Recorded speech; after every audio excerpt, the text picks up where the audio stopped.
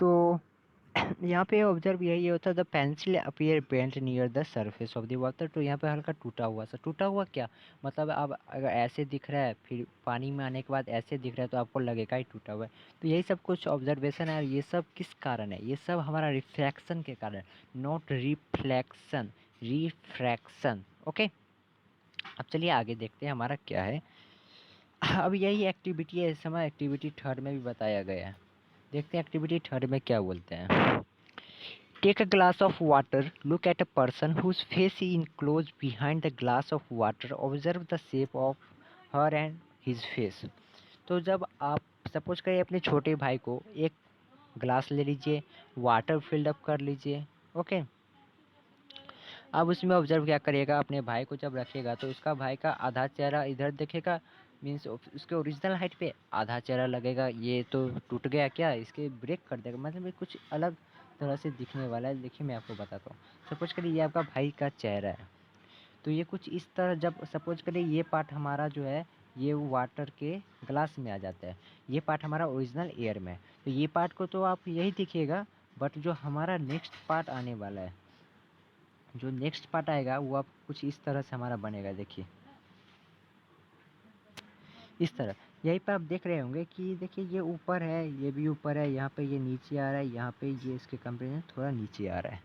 तो वही बात है हमारा, ये सब रिफ्रैक्शन के कारण हो रहा है। तो ये सब एक्टिविटी को आप ध्यान से समझ लीजिएगा, खास करके क्वेश्चन में पूछे जा सकते हैं मे बी। अब आगे देखिए क्या लिखा हुआ है। All these activities and may other similar phenomena can be easily understood in term of the refraction of light. तो ये अगर आपको रिफ्रैक्शन ऑफ लाइट को समझना है तो ये सब इसके एप्लीकेशन है, ये सब हमारे जो रिफ्रैक्शन ऑफ लाइट के कारण होते हैं। Okay, now the phenomenon of being of light ray when it goes obliquely from one transparent medium to another is a refraction of light. The phenomenon of refraction is related to may day-to-day effect in our daily life. तो ये हमारा daily activity है और ये हमारे daily life में भी होते रहते हैं, जैसा कि आप जानते होंगे। पर आप ये नहीं जानते होंगे कि ये रिफ्रैक्शन ऑफ लाइट था, लेकिन अब आप यह जान सकते हो ये सब क्यों होता है। आप बता सकते हो अपने घर में अपने परिवार को, ये सब रिफ्रैक्शन ऑफ लाइट के कारण होता है, ये लाइट के रिफ्रैक्शन, ये सब लाइट के खेल हैं। ओके, तो आगे हमारा क्या है, cause of refraction of light. तो जब रिफ्रैक्शन ऑफ लाइट होता है तो लाइट में हमारा क्या सब डिफरेंस आता है, किस कारण हमारा रिफ्रैक्शन होता है, तो ये सब हम अब इस पैराग्राफ में पढ़ने वाले। ओके, तो कहा गया है the speed of light different in different media. जाहिर सी बात है, मैंने आपको बताया था, ये जब आप एयर में दौड़िएगा तो आपका स्पीड कुछ ज़्यादा रहेगा कंपेरिजन टू अगर आप वाटर में दौड़िएगा।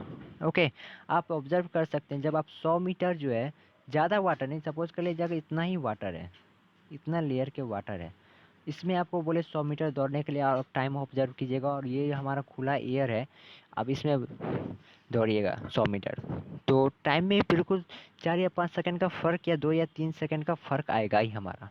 तो यही बात हमारा कहा गया है, जो स्पीड लाइट का जो स्पीड रहता है वो हमारा हर एक मीडियम में अलग अलग होता है, कुछ में कुछ कम रहता है, कुछ में ज़्यादा रहता है। वो निर्भर करता है उसके डेंसिटी पे, डेंसिटी कम रहेगा तो उसका स्पीड ज़्यादा रहेगा, डेंसिटी अगर ज़्यादा रहेगा तो उसका स्पीड कम रहेगा। ओके, तो देखिए क्या हुआ है, आगे लिखा है in vacuum light propagate at a speed of nearly 3 × 10⁸ metre per second, like 3 lakh kilometre per second. Oh my God, इतना स्पीड हमारा रहता है। देखिए कहाँ गया, वैक्यूम में हमारा स्पीड इतना रहता है 3 lakh kilometre per second, vacuum में, इन वैक्यूम लिखा हुआ है। ओके, एक हम सपोज कर लिए, एक हमारा एक मीडियम है। अब देखिए आगे हमें मीडियम, दूसरा मीडियम के बारे में बताएगा, वहाँ पे हम देखिएगा लाइट का स्पीड क्या होगा। However when it inter any other transparent medium it speed decrease. और उसके बाद जब वो अलग दूसरे से ट्रांसपेरेंट मीडियम में आ जाता है तो उसका स्पीड इसके कंपेरिजन में थोड़ा सा कम हो जाता है। Okay, it is the it is this change in speed of light that cause a light ray to bend when it goes from one medium to another. Okay, तो इसी कारण, उस स्पीड के कारण लाइट जो हमारा वो बेंड कर जाता है, वो थोड़ा। देखिए मैं आपको एक और एक्टिविटी बहुत अच्छा सा एग्जांपल दे रहा हूँ। आप जब आ रहे हैं इस स्पीड में, एयर से आ रहे हैं, 1 किलोमीटर आप क्लीन एटमॉस्फेयर में दौड़ें, आपको 2 किलोमीटर दौड़ना है, उसके बाद 100 मीटर और फिर क्लियर एयर में। अब जो सेकेंड किलोमीटर रहेगा वो आपको सिर्फ वाटर में दौड़ना है। तो जब आप वाटर में दौड़िएगा तो क्या आप थकेंगे या नहीं कंपेरिजन टू एयर? एयर में तो आप दौड़ सकते हैं, आपको फ्रिक्शन कम लगेगा, एयर रेसिस्टेंस कम लगेगा। बट जब आप यहाँ पे आइएगा एयर में तो आप कुछ ऐसे थकते जाइएगा, कुछ डाउन होते जाएगा।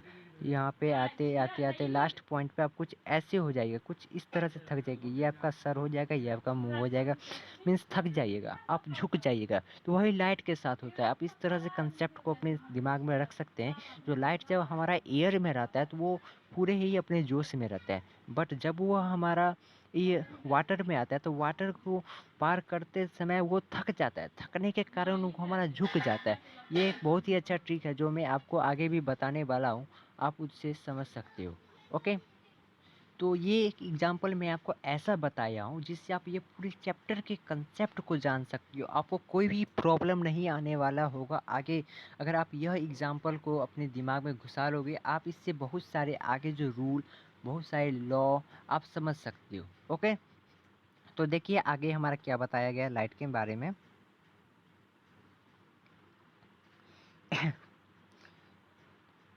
Thus, the bending of light ray is basically due to the change in the speed of light when it goes from one medium to another। तो बेंडिंग ऑफ लाइट हमारा किस कारण होता है? इसके स्पीड के चेंज होने के कारण। आप यह लाइन हेडलाइट कर लीजिए, क्योंकि क्वेश्चन में भी आस्क कर सकता है कि जो लाइट का बेंडिंग क्यों होता है, तो आप उसको कह सकते हैं का लाइट का बेंडिंग हमारा इसलिए होता है क्योंकि उसका मीडियम चेंज होता है, उसका स्पीड चेंज होता है, change in the speed of light. तो ये काफ़ी अच्छा क्वेश्चन है, इंटरनल क्वेश्चन में बिल्कुल यार 100% चांस तो नहीं, लेकिन पूछा जा सकता है।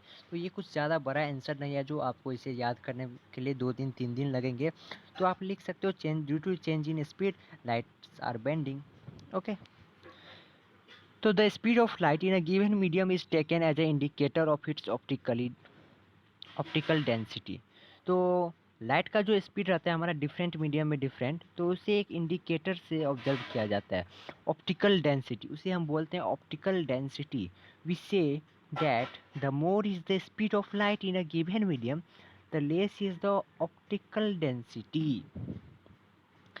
तो बहुत ही अच्छी लाइन है ये। इसमें कहा गया है कि अगर आपका स्पीड कोई भी मीडियम में ज़्यादा हो comparison to two medium, suppose करिए मीडियम हमारा ये वाटर है, ये हमारा एयर है।